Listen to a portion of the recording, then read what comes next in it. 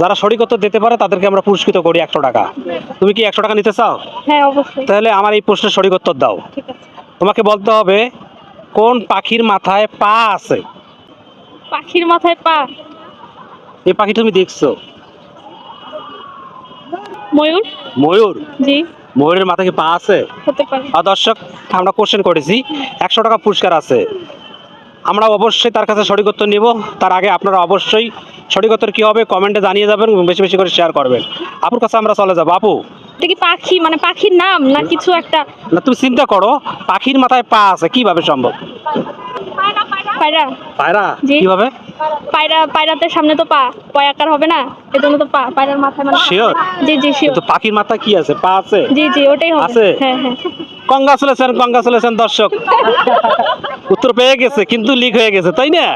হ্যাঁ, আচ্ছা আচ্ছা, গুড গুড। তাকে আমরা আমাদের পেজের পক্ষ থেকে ছোট্ট একটা উপহার দিচ্ছি 100 টাকা। Thank you. কেমন লাগলো? জি ভালো। সবাই দেখতেছে তোমাকে, তাদের দৃষ্টি কিছু বলো। কি বলবো? কি বলবো? আপনার পেজের নাম কি? আমার পেজের নাম আছে বেস্ট স্টুডেন্ট টিভি।